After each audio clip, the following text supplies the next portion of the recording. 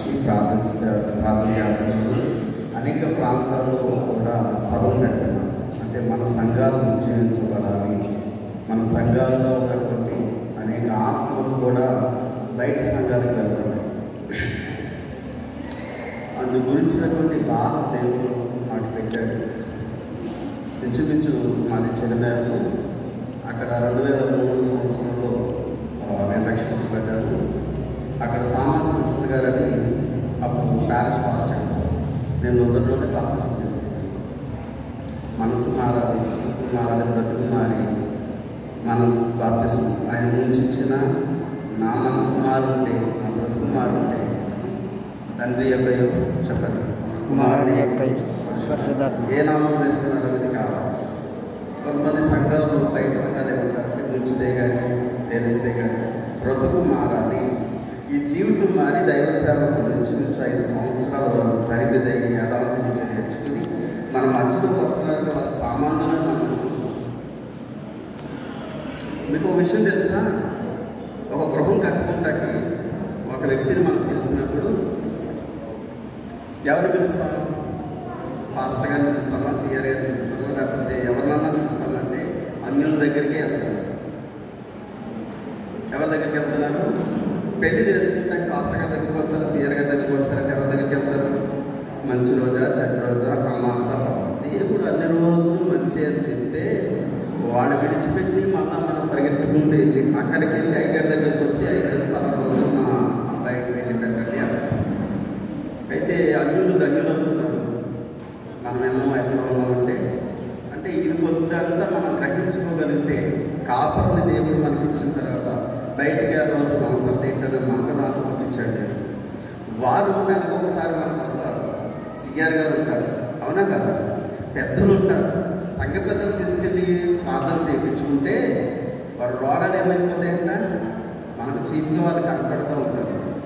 నా ఉద్దేశం ఏంటంటే యేసుక్రీస్తు స్వరక్తం పెట్టి సంపాదించుకున్న సంఘాన్ని కాయటప్పుడు మనకి ఎల్సిసిని, బీసీసీని, బాడీ నెంబర్స్ని ఇచ్చారు. అంతకంటే ప్రాముఖ్యంగా కాపర్లు ఇచ్చారు. ఇది దాటి ఎక్కడికైనా వెళ్తున్నాము అంటే యేసు శిలువ యొక్క గాయాలు మనం రేపు. అయితే 13 20 సంవత్సరాలే. నేను 3వ సంవత్సరంలో 2006లో 2003లో అక్కడ బాప్తిసం తీసుకున్న తర్వాత సేవకులు బయటకు వెళ్ళిపోయారు. అనేక సంఘాల్లో ఉద్యోగాలు తీసుకొచ్చి పాత రీసెంట్గా 10 సంవత్సరాలు అవుతుంది. అన్యజన్మ మధ్య నేను పరిచయం చేస్తున్నాను. అయితే ఇటీవల కాలంలో నూతన సంఘం గురించి ఒక భారం దేవుడు నాకు పెట్టాడు. అదే భారంలో వెళ్ళి మళ్ళా సువార్త సభలు చిన్నమేరకు చేయడం జరిగింది. అయితే ఇక్కడ నేను ఒక 10 సంవత్సరాల క్రితం వచ్చాను. మా పాప విషయంలో దేవుడు నూరు చూపించాడు. మరణపాలను వెళ్ళిపోయినటువంటి మా పాపను దేవుడు బ్రతికించాడు. బ్లెస్సీ అమ్మాయి. అయితే ఇక్కడ ఒకసారి పెడతాకి అడిగాను, కానీ కొన్ని అనుకూల పరిస్థితులు బట్టి జరగలేదు. ఇప్పుడు నాకు 2 పిల్లలు. అయితే మళ్ళీ కూడా మట్టను పుట్టించాడు. నా సంఘం వాళ్ళు బాగుపడాలి, ఇక్కడ ఒక ఉద్యమం రగలాలి అంటే నేనేం చేయను ప్రభు అంటే సభలు పెట్టు, సువార్త సేవ చెయ్యి అని దేవుడు చెప్పాడు. అక్కడ పెట్టినట్టు ఇక్కడ పెడతామనేది చాలా కష్టం, ఇంపాసిబుల్. కానీ ఆయనకు అసాధ్యమైనట్టు చెప్పండి, ఆయనకు అసాధ్యమైనట్టు మీకు ఒకవేళ నాకు అవకాశం ఇస్తే ఒక 2 దినాలు సభలు పెట్టాలి. రెండోది బయట వారు ఎవరు రాదు. మన గురుమండల అధ్యక్షులు ప్రారంభిస్తారు. ఫస్ట్ రోజు కూడా వారే ఉంటారు అధ్యక్షుడిగా. 2వ రోజు సిఆర్ గారు ఉంటారు. ఇంకెవరన్నా మన బాడీలో చెప్పగలుగుతాము అంటే కనుక వారు సాక్ష్యాలు ఉంటాయి. నేను చెప్పేది ఏంటంటే, రిక్వెస్ట్ ఏంటంటే, మన సంఘ ఉద్యమం కొరకు, మన సంఘంలో రోగుల స్వస్థత కొరకు ఎక్కడెక్కడికో వెళ్ళగలరు. మన సంఘంలోనే ఆ కార్యాలు దేవుడు చేస్తాడు అన్న ఉన్నత గట్టిగా ఆమె చెప్పండి. ఆ దైవజనుడు మనకు పనిచేయడు. ఎక్కడో ఉన్నారంట పెద్దదైన బైబిల్ చట్టం పెట్టి వెళ్ళిపోవాలి. సిగ్గు ఉండాలి. నీకు ఒక దైవజనుడు ఒక కాపర్ని ఇచ్చిన తర్వాత ఇలా మాట్లాడుతున్న తర్వాత నాకు అవకాశం ఎవరు అనుకుంటారు, కానీ ఇస్తారు. మంచోరు, మనంత మంచోరు ఎవరు. ఒక 2 దినాలు సభలు పెట్టడానికి దేవుడు కృపని ఇవ్వాలని నేను ప్రార్థిస్తున్నాను.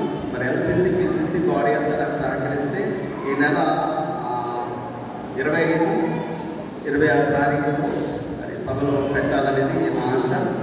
తర్వాత మరి బాడీ అంతా మరి మీరు ఏమి మీ అందరూ సహకారం అక్కడే జరగదు. ఎవరికోసం ఈ సభలు ముందే చెప్పారు. మీలో ఒకటి పొడపాటి అడ్వైట్ గారు మీకు బాగా తెలిసింది. వారు అన్నయ్య గారు కొడుకునే నేను ఏటంతా కూడా నాకు రథ సముద్రం.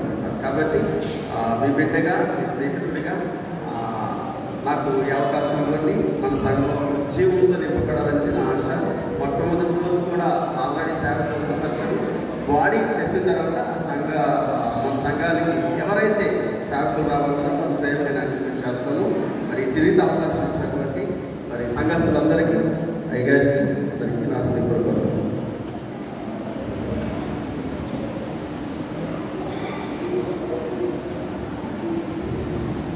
క్రీస్తునందు మదర్స్ డే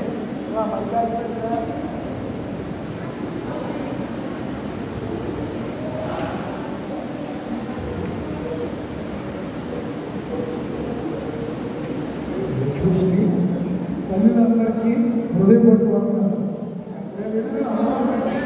ఇవాళ ఏ రోజు అయినా కదా ప్రపంచ మదర్స్ డే. ఇదో ఇండియాకి సంబంధించింది కదా.